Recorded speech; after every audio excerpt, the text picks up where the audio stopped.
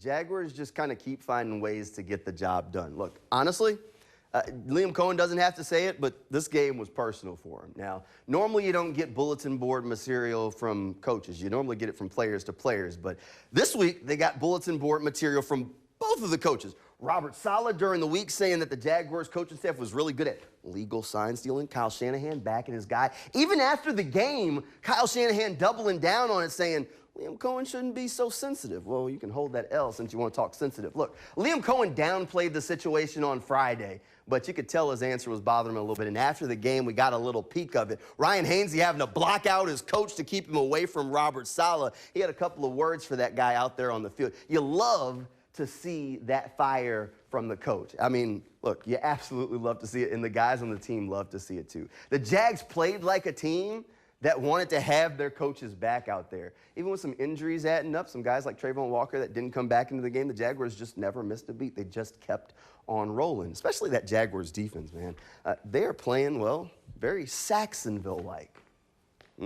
Look, that Saxonville defense, it has been often imitated, but absolutely never duplicated. It was that type of defense. So this is 4 straight games with 3+ turnovers for this defense.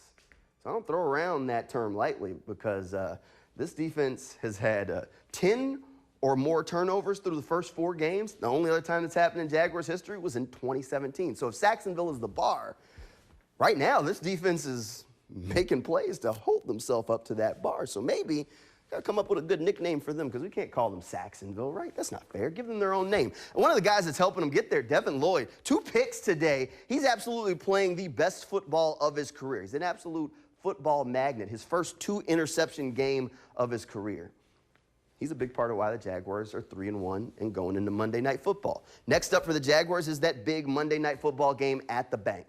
And I don't think anybody saw this coming because if before the season started I told you I'm rolling into Monday Night Football, there'd be a 3-1 team and the other team would be 2-2. Most people would have guessed that the Chiefs were 3-1. Well, none of us saw it coming because we're all wrong because, well, you know, the Chiefs are 2-2 and the Jaguars are 3-1. Now, I am a firm believer in measuring stick games. You know, figure out where you're at, right? The 49er game was a pretty good measuring stick. So we kind of see where the Jaguars are at because they passed that test. Well, I mean, until further notice, the Chiefs, whether Taylor Swift's there or not, are a measuring stick sort of game. I mean, I'd say it's an even more important test since basically they're the gatekeepers of the AFC. I mean, they are until they aren't, right? Right now, the Jaguars are in their kind of toughest stretch of the season. San Francisco, Kansas City, Seattle, and the LA Rams, all back to back to back to back. It's an absolute gauntlet. How the Jaguars handle this stretch could kind of set the tone for how the rest of the season goes. And so far, they've passed the test. Took down San Francisco.